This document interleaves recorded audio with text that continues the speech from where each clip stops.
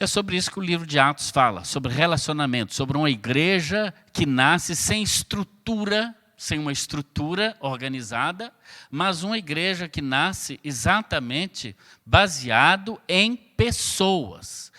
E parece que ao longo dos anos, ao longo do tempo, nós perdemos esse contato de pessoa para pessoa e pensamos hoje na igreja muito mais como um empreendimento, muito mais como uma organização do que um organismo. E a igreja é corpo de Cristo, nas palavras do apóstolo Paulo. Ela é organismo vivo que precisa cumprir o seu propósito. E é essa igreja ainda mais viva que nós queremos ser no nome de Jesus. Podemos aprender isso? Não em cursos de crescimento de igreja, não em curso disso ou daquilo, mas na palavra de Deus. Por isso, abra sua Bíblia aí, em 2 capítulos da Bíblia. O capítulo 2 e o capítulo 4. No capítulo 2, nós vamos ler a princípio do versículo 1 até o versículo 4. E depois, no capítulo 4, vamos ler do versículo 31 até o versículo de número 33. Eu estou chamando esse estudo de igrejas 5 estrelas. Mas eu já quero deixar de antemão bem claro que 5 estrelas aqui não tem nada a ver com futebol. Porque parece que não está funcionando essa coisa de 5 estrelas no futebol, né? Mas 5 estrelas quer dizer excelência, como um hotel 5 estrelas, por exemplo, tá bom? Então vamos ler a palavra de Deus, Atos capítulo 2, versículo 1 até o 4, é assim que lemos na palavra do Senhor. Ao cumprir-se o dia de Pentecostes, estavam todos reunidos no mesmo lugar. De repente, marca essa palavrinha na sua Bíblia, de repente, veio do céu um som como de um vento impetuoso e encheu toda a casa onde estavam reunidos. E apareceram distribuídos sobre eles, ou entre eles, línguas como que de fogo, as quais pousaram sobre cada um deles. E todos ficaram cheios do Espírito Santo e começaram a falar em outras línguas, segundo o Espírito Santo lhes concedia que falassem. Agora vamos para o outro texto, capítulo 4, versículos 31, 32 e 33. Capítulo 4, isso, 31 a 33. Bora lá? Tendo eles orado, tremeu o lugar onde estavam reunidos. Todos ficaram cheios do Espírito Santo. Percebeu?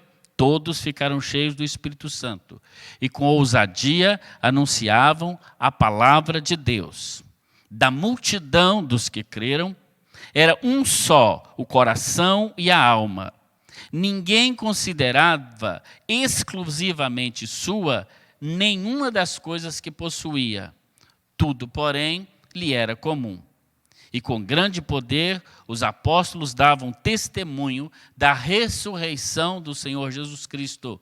E em todos eles havia abundante graça. Palavra de Deus, palavra maravilhosa, em nome de Jesus, que Ele possa realmente abençoar o nosso coração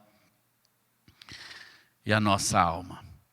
Queridos, é lugar comum de que todos os pastores e líderes têm pregado sobre a necessidade de uma crise, vem sempre antes de um grande despertamento espiritual para a vida da igreja. Foi assim com a Reforma Protestante, foi assim com os avivamentos na Inglaterra, não é? E cremos que tem sido assim também nas páginas da Bíblia. E por que não nos nossos dias? A Igreja de Jesus Cristo aqui está passando por uma grande crise. A crise é que o Senhor Jesus Cristo veio, cumpriu sua missão, foi morto, ressuscitou ao terceiro dia e foi assunto aos céus. E agora a Igreja de Jesus Cristo, ela está caminhando e precisa caminhar sem a presença física de Jesus no meio deles. Por isso o livro se chama Atos dos Apóstolos, porque vai contar a história, ou conta a história da igreja, fundada pelos apóstolos, não é? Cuja base, é claro, é Cristo, mas fundada pelos apóstolos, não é? E sem a presença física do Senhor Jesus. Pensa comigo, do tempo em que Jesus foi assunto aos céus, não é? No domingo de Páscoa, não é? Que nós chamamos assim, até o período em que Atos 2 acontece a descida do Espírito Santo, que havia sido já profetizada, prometida pelo Senhor Jesus, em João capítulo 14, não é? Ele diz, eu irei e virá um outro Consolador, o Paráclito, aquele que está junto. O Consolador seria exatamente o Espírito Santo.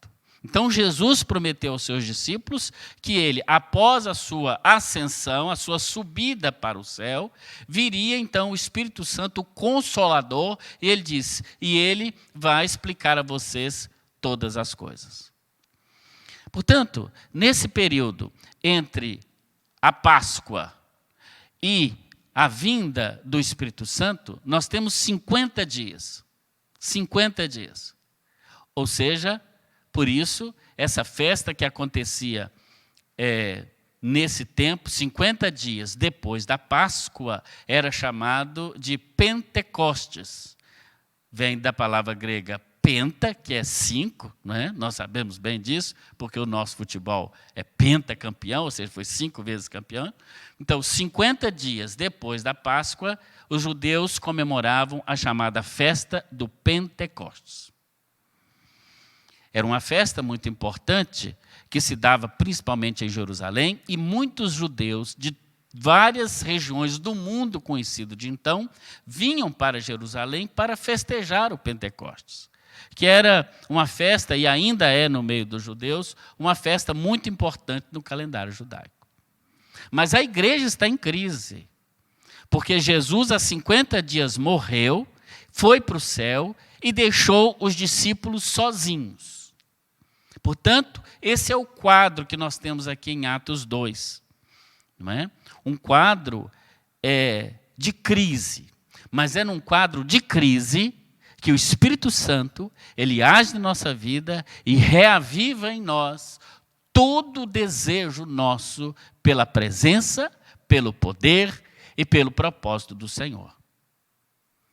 Pois é num tempo de crise que Deus, muitas vezes, nos faz vivenciar grandes surpresas de Deus, e grandes surpresas de Deus para a nossa vida acontecem.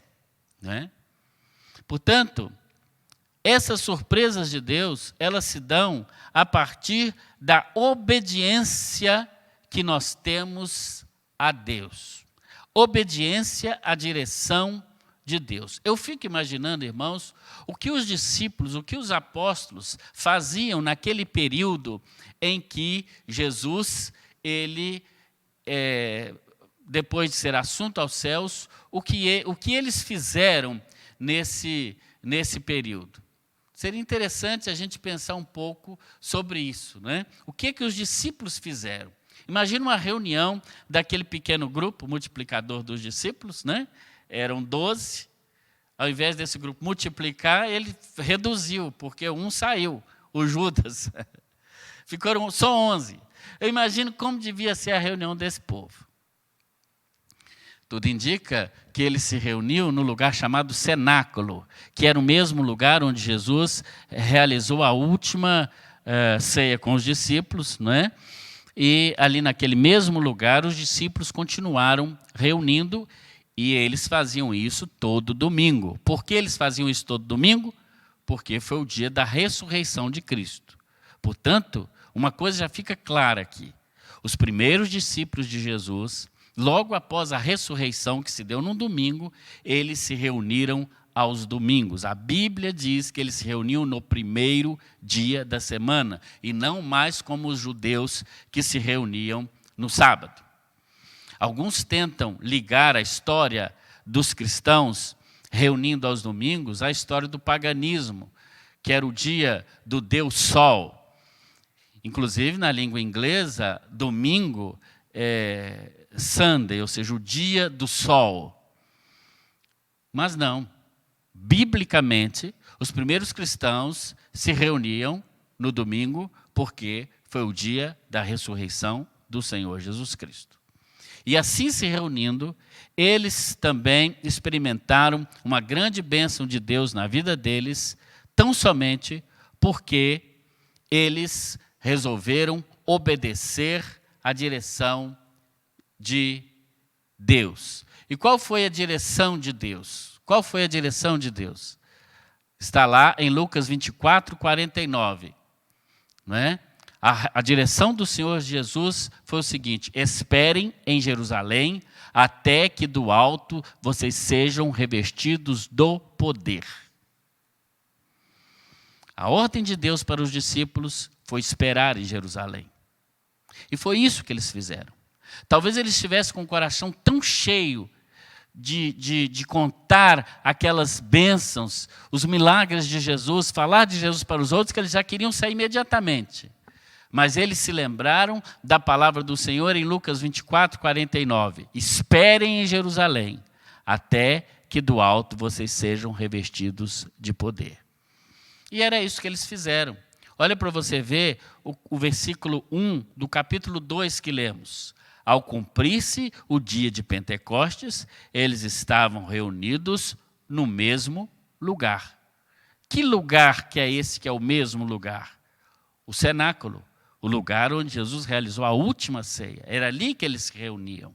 Era uma casa, não é? Aquela casa onde Jesus reuniu para celebrar, não é, a última ceia com os discípulos. Em Atos 1 também, versículos 4 e 5, vemos então essa mesma, versículos 4 e 5, vemos também essa mesma orientação do Senhor sendo obedecido pelos discípulos do Senhor Jesus Cristo. Não é? Ou seja, eles sabiam que precisavam esperar em Jerusalém até que do alto fosse revestido do poder. E era assim que eles fizeram, estavam reunidos exatamente em Jerusalém, esperando. Agora eu fico pensando, né? O que Jesus queria trabalhar na vida daqueles primeiros discípulos, deixando eles sozinhos, sem a sua presença física e sem a presença espiritual do Espírito Santo. Olha, eu quero crer que Jesus queria trabalhar duas coisas. Assim como ele quer trabalhar hoje nas igrejas. Duas coisas: comunhão e unidade. Sim, porque o corpo apostólico era muito diverso. Nós temos ali, por exemplo, no grupo dos apóstolos, Mateus, ou Levi, que era cobrador de impostos. Lembra-se quando Jesus passou e ele estava cobrando impostos? E Jesus disse, segue-me. E ele deixou tudo e o seguiu. Mateus era um funcionário público. Mateus era o chamado publicano. A palavra publicano vem disso, de ser um funcionário público. E funcionário de Roma. E Roma era o poder que imperava sobre a Judéia. Roma, e o símbolo de Roma é exatamente uma águia com as suas asas abertas e as suas garras afiadas, que realmente explorava as colônias que ela dominava, como era o caso, por exemplo, da Judéia. Portanto, Mateus, sendo judeu e sendo funcionário do Império Romano, não era bem visto e nem bem quisto pelos seus irmãos judeus. Simão, chamado o Zelote, por sua vez, era de um partido político contrário ao de Mateus, porque ele era chamado de Zelote. Essa palavra Zelote vem do grego zelote, que quer dizer aquele que zela por alguma coisa. E o que ele zelava? Ele zelava para que a sua nação, não é? Para que os judeus pudessem ter a sua nação independente. Sonho esse dos judeus que só se concretizou recentemente no século XX, né, meados do século XX, depois da Segunda Guerra Mundial, em 1948, quando Israel se tornou então um Estado independente. Mas veja que desde lá de trás, os israelitas queriam ser independentes. Simão, então, o Zelote, não Simão Pedro, Simão o Zelote, ele era de um partido oposto, porque ele era um partido nacionalista, que queria que Roma fosse embora. Percebem como esses dois extremos sociais e políticos, eles tinham que conviver em harmonia no corpo apostólico? Sim, porque na igreja do Senhor Jesus não pode haver diferenças. Na igreja, não. Claro está que cada um de nós podemos ter o nosso partido político, a nossa ideologia política, não há problema nisso. Aliás, nós como cristãos devemos sim ser participantes da política. Mas o que não se deve no meio do corpo de Cristo é sermos partidários e por causa disso não termos comunhão uns dos outros. A política, a classe social, o diploma universitário ou de pós-doutorado, eles não diferenciam ninguém na igreja de Cristo. Porque o que nos une na igreja do Senhor não é ideologia, não é status social, não é conta bancária, mas o que nos une é o sangue do Senhor Jesus Cristo derramado na cruz. Por isso, nós nos chamamos uns aos outros na igreja, não de professor tal, nem de doutor fulano, nem de coronel ciclano, mas chamamos uns aos outros simplesmente de irmãos. É assim que nós nos chamamos. Jesus deixou os discípulos sozinhos para ver se eles, naquele período de 50 dias, eles conseguiam vivenciar comunhão, mesmo sendo realmente diferentes. E unidade. É aquilo que Paulo mais tarde vai escrever e dizer que é a unidade na diversidade quando ele se refere ao corpo de Cristo. Paulo diz, nós temos no nosso corpo muitos membros que são diferentes. E se um disser ao outro, porque eu não sou, por exemplo, se o olho disser ao pé, porque eu não sou o pé, eu não sou membro do corpo? Ou se a mão disser aos olhos, somos diferentes, mas estamos unidos em Cristo. O Senhor precisava trabalhar comunhão e unidade na igreja dele antes de derramar o seu poder. Ou seja, era preciso que o copo, para usar a metáfora, estivesse bem organizado para que depois o Senhor Jesus derramasse na igreja, o recipiente do Espírito Santo, a igreja do Senhor Jesus, o seu bendito Espírito Santo. Pois foi nessa espera que os discípulos experimentaram o Espírito Santo. Eles estavam no mesmo lugar. Esse versículo 1 de Atos 2 nos dá uma ideia de rotina, não dá? Estavam no mesmo lugar, fazendo a mesma coisa, não é? Eles não sabiam o que ia acontecer, mas eles estavam obedientes. Já aconteceu de você estar num culto onde parece que nada acontece? Onde parece que está tudo errado? Ou talvez no seu pequeno grupo, ou na sua célula, aquele dia está todo mundo tão cansado e as pessoas não estavam a fim de estar ali e parece que aquela coisa está assim num reme terrível. Mas aí o Espírito Santo derrama o poder e coisas extraordinárias acontecem. Eu já vi isso acontecendo muitas vezes. E foi nesse contexto, olhe para você ver a diferença que há. Olha na sua Bíblia, volta para Atos 2. A diferença que há entre o versículo 1 do capítulo 2 e o versículo 2. Eles estavam no mesmo lugar, fazendo a mesma coisa, na mesma maneira. Mas olha como o versículo 2 começa. De repente, veio do céu um som como de um vento impetuoso que encheu toda a casa onde estavam assentados. Ah, que expressão maravilhosa é essa, de repente. Marca aí na sua Bíblia, de repente. Eu quero te fazer um desafio. Marcar na sua Bíblia, toda vez que você lê e encontrar essa palavra, de repente, você marca. Porque quando essa palavra acontece, algo extraordinário vai ser sucedido depois dela. Algo maravilhoso. É o de repente de Deus. É aquilo que nós não sabemos o que é, mas nós esperamos. Os discípulos não sabiam o que ia acontecer. Eles não tinham a menor ideia do que seria o revestimento do Espírito Santo, mas eles esperaram. Muitas vezes sem motivo para fazê-lo, mas eles esperaram. E o que acontece no verso 2? De repente, eles ouvem um som que enche toda aquela casa. E ali, então, a igreja do Senhor Jesus, ela é batizada em unidade. O Senhor Jesus traz unidade. O Senhor Jesus transformou a comunhão e unidade em uma coisa só. Que coisa é essa? Comunidade.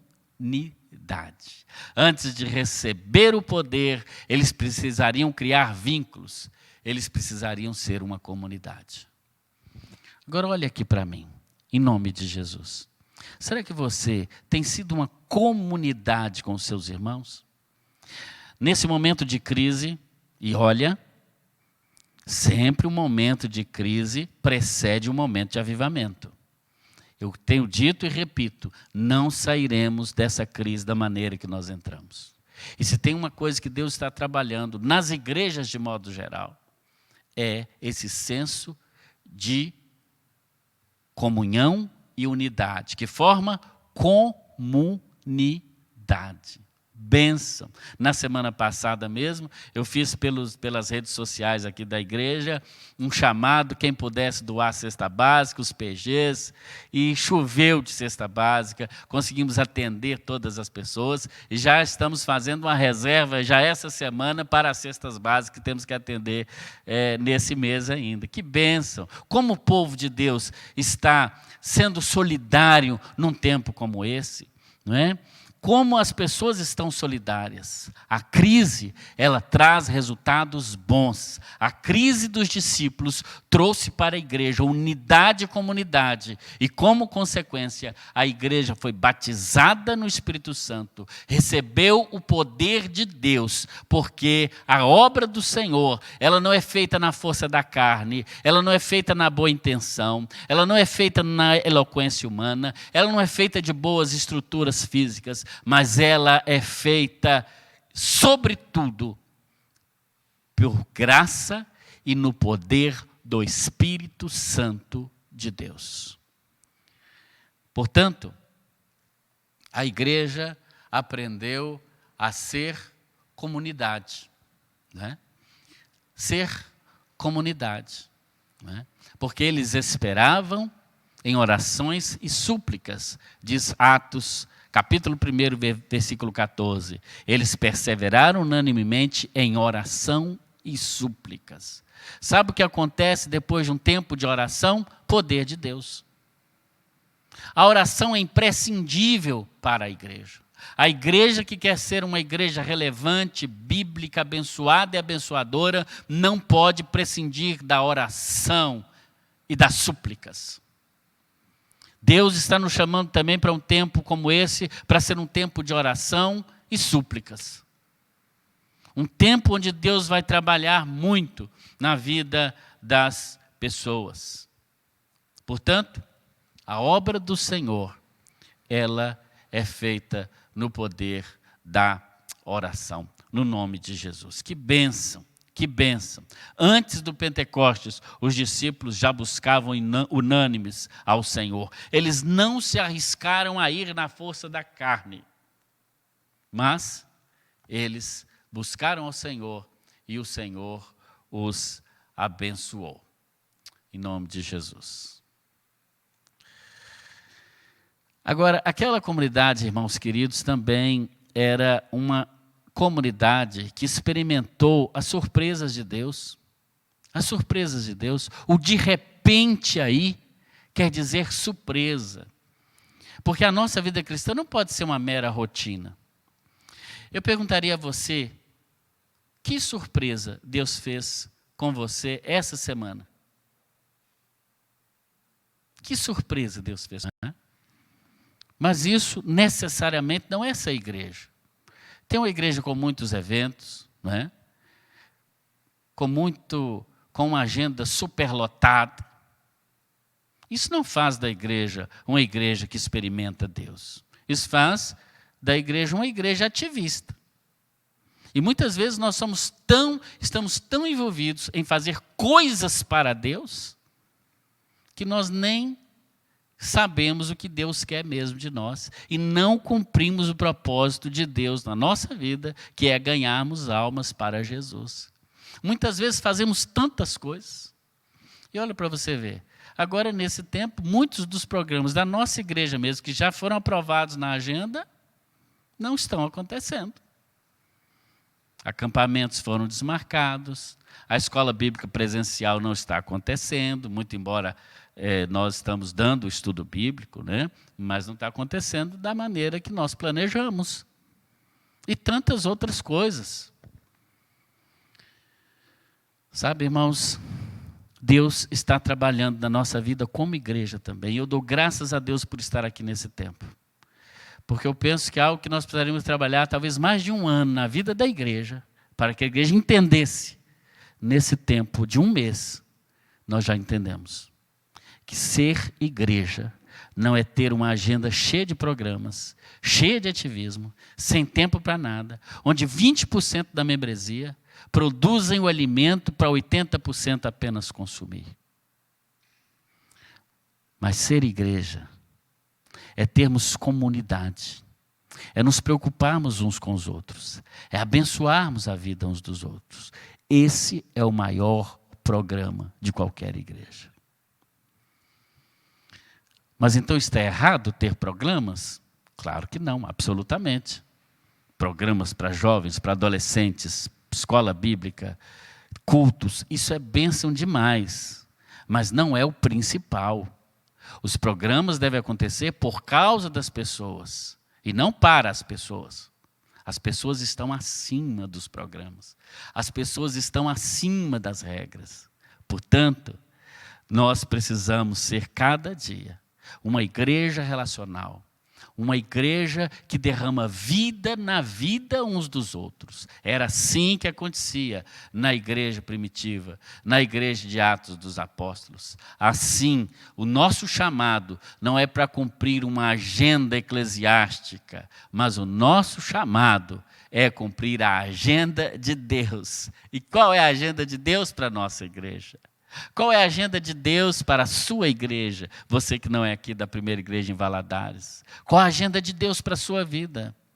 Olha, eu quero deixar claro para você que Deus tem uma agenda para você. E não é Ele que tem que adequar a vontade dEle a você. É você que precisa adequar a sua vida à vontade soberana de Deus. E aí Ele tem surpresa. É o de repente dele, né? De repente, diz lá o texto sagrado, eles ouviram um som como um vento impetuoso e eles realmente experimentaram o poder de Deus em nome de Jesus. Os discípulos não sabiam o que iria acontecer, mas eles experimentaram. E o que eles fizeram? Foram chamados para cumprir uma missão. A missão de proclamar a salvação a todos os povos. Veja o que diz o versículo 5. Estavam morando em Jerusalém, judeus, homens piedosos, vindo de todas as nações debaixo do céu. Veja, tinha gente do mundo todo, claro que o mundo conhecido de então, que era aquela região do Mediterrâneo, não é? Assim, quando se fez ouvir aquela voz, ou seja, os discípulos, eles começaram, quando ouviram aquele som de um vento impetuoso, o versículo 3 diz que entre eles foram distribuídas línguas, idiomas como que de fogo. A palavra línguas aí é a palavra grega glossa, daí vem a palavra glossário, por exemplo, ou poliglota. Glossa quer dizer idiomas. E a Bíblia diz que tinham ali pessoas de todas as nações debaixo do céu.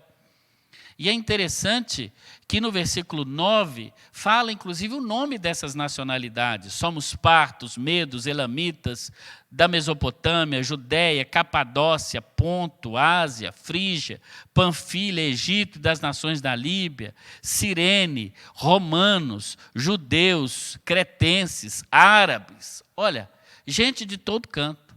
E o que acontecia? Os discípulos começaram a pregar lá no cenáculo, lá naquela casa que tudo indica, era num sobrado, no segundo piso.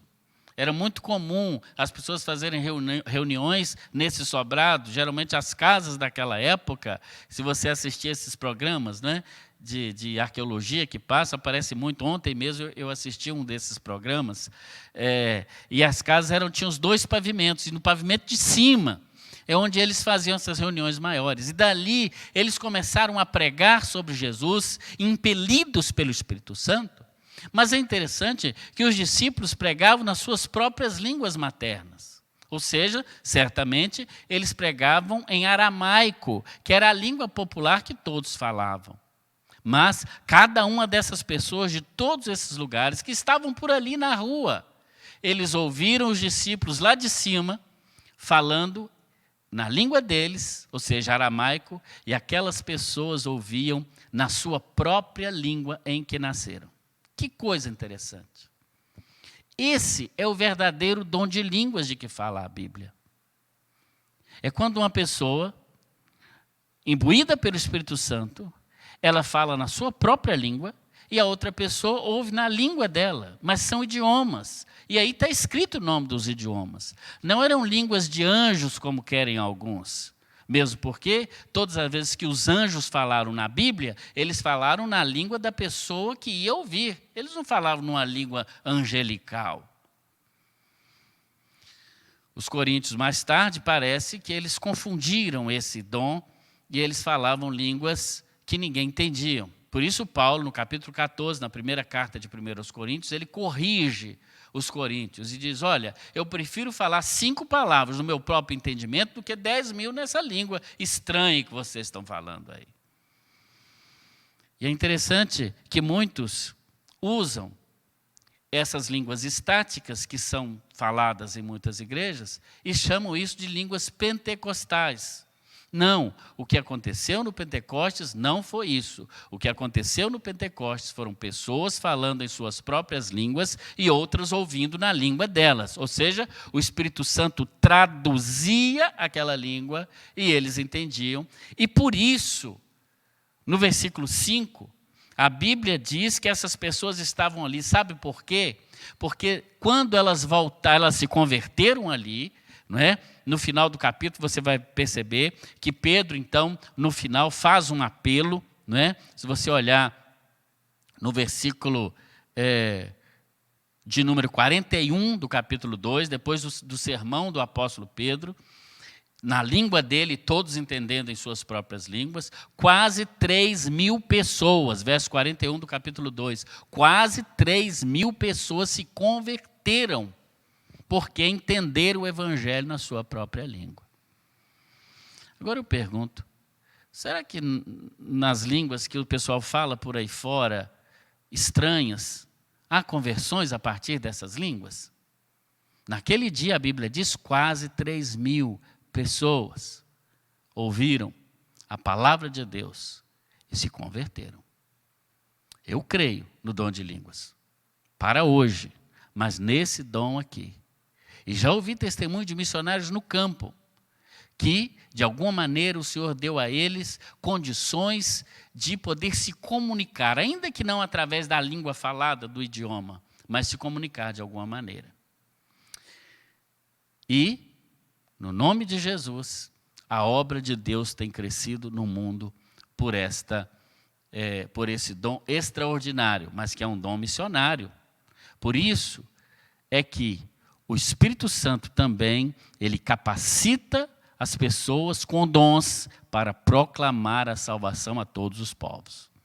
Isso quer dizer que a igreja do Senhor Jesus, desde o início, ela ganha um mandato, ela recebe de Deus um mandato para pregar a todas as nações. Não é só para um grupo local. Hoje muitas igrejas estão tão preocupadas com o seu ensinamento, ou com o seu crescimento na cidade, no bairro, local. Mas e as nações, como ficam? Uma igreja local que não faz missões mundiais, ela está fadada a morrer. Por isso, nós batistas e nós aqui da primeira igreja fazemos questões não apenas de enviar nossas ofertas para missões, como vamos fazer daqui até o domingo, porque domingo será, não é, o encerramento da nossa campanha de missões, mas também oramos pelos nossos missionários e vamos. Aqui mesmo de nossa igreja, a irmã Andrísia, não é, está se preparando para passar 1 ano no campo missionário, aqui mesmo na América Latina. Ela está se preparando, foi para o Rio, mas precisou voltar, está aqui em Valadares, mas tendo aulas à distância, online. Porque assim que terminar essa pandemia, no nome de Jesus vai terminar rápido, ela vai para as nações pregar o Evangelho, e a nossa igreja já comissionou e está inclusive orando por ela, no nome de Jesus. Portanto, o chamado, o mandato do Senhor Jesus é para as nações. Uma igreja que não tem visão missionária fora da sua paróquia, fora da sua cidade, ela está fadada a morrer. A comunidade dos primeiros discípulos nos ensina que a obra missionária é para esse tempo, no nome de Jesus. E é com esse propósito que no versículo 4, a Bíblia diz: todos ficaram cheios do Espírito Santo. Que bênção! Todos ficaram cheios do Espírito Santo e começaram a falar noutras línguas, conforme o Espírito Santo lhes concedia o que falassem. Portanto, esse dom de línguas também não é um dom aprendido. Ouvi outro dia de alguém que ensinava a pessoa a falar em línguas estranhas. Como você vai aprender algo que é dado pelo Espírito Santo? A Bíblia diz que Ele é quem impactou a vida da igreja, para que ela pudesse, através do recebimento do poder do Espírito Santo, também pregar a outras pessoas de outras nacionalidades, em outras circunstâncias. E é assim que a igreja avança. Mas no seu local, no seu país, a igreja deve pedir a Deus sabedoria para falar um bom português, no nosso caso, para falar também a linguagem das pessoas hoje. A igreja precisa falar a linguagem dos vários segmentos da sociedade. A linguagem das pessoas que são cultas, as linguagens daqueles que não tiveram acesso à cultura, a linguagem dos guetos, né, das pessoas que moram na rua, a linguagem dos adolescentes para os adolescentes, a linguagem dos hippies. Enfim, desde que não seja uma linguagem chula, ou uma linguagem cheia de palavrões e de coisas que ofendem a Deus, nós precisamos aprender as linguagens do nosso tempo para sermos relevantes e termos um evangelho que faça diferença. A igreja continua. A nossa saga do Espírito Santo continua, porque a Bíblia diz, no versículo 46, do capítulo 2 ainda, que aquela igreja era uma igreja de 2 asas, era uma igreja que voava. Ela ministrava no varejo e no atacado. Olha o que diz a Bíblia no verso 46 aí, do capítulo de número 2. Diariamente, veja que a igreja era diariamente. Perseveraram unânimes no templo e partiam o pão em casa. Ou seja, eles se reuniam no templo e nas casas. Eles se reuniam em uma grande aglomeração e em pequenas aglomerações. Essa ideia da igreja nos lares, da igreja nas casas, dos pequenos grupos multiplicadores, das células, isso não é coisa novidade não, irmãos. Isso é do Novo Testamento. No nome de Jesus, o meu sonho é que quando voltarmos dessa pandemia, aqui na primeira igreja de Valadares, cada casa possa ser aberta para ser uma igreja, no nome de Jesus. Estamos aprendendo isso nesses dias. Aprendendo que as nossas casas são igrejas, em nome de Jesus. Porque enquanto muitos estão dizendo. Porque tem gente que gosta mais de ver, que prefere ver em tudo uma obra de Satanás. Eu prefiro ver obra de Deus, porque a Bíblia diz que todas as coisas cooperam para o bem dos que amam a Deus. Quantos estão dizendo, o diabo fechou as igrejas? Não. Ele não tem esse poder. Porque a porta do inferno não prevalece diante da igreja. O que está fechado são os templos. A igreja está mais ativa do que nunca. A igreja está aí do outro lado, cultuando ao Senhor e ouvindo a palavra de Deus. A igreja continua contribuindo com o Senhor, porque a fidelidade dos irmãos não depende de reunião. Muitas igrejas aí, chamada igreja rodoviária, vão ter problema. Sabe o que é a igreja rodoviária? É aquela que está sempre cheia de gente, mas ninguém conhece ninguém. Está sempre cheia, mas cada um está indo para um lado. Ninguém conhece ninguém. As igrejas de Jesus não são assim. Elas são comunidades locais, onde todo mundo conhece todo mundo. Onde tem um pastor que conhece as ovelhas. Onde tem ovelhas que conhecem o seu pastor. Onde elas são visitadas, são cuidadas, são abençoadas. Nessa semana mesmo, nós estamos ligando para todos os membros da igreja. Não sei se vamos dar conta, a secretária da igreja está ligando, eu estou ligando para algumas pessoas. Mas deixa eu abrir um parênteses aqui, tem muita gente com o telefone errado, tá, irmãos? Aqui na secretaria da igreja. Então a gente liga muito e não tem sucesso. Então, abre um parênteses aqui. Por favor, se você mudou de celular, mudou de telefone, de WhatsApp, informe na secretaria da igreja. Nós queremos ligar para você, nós queremos saber como é que você está.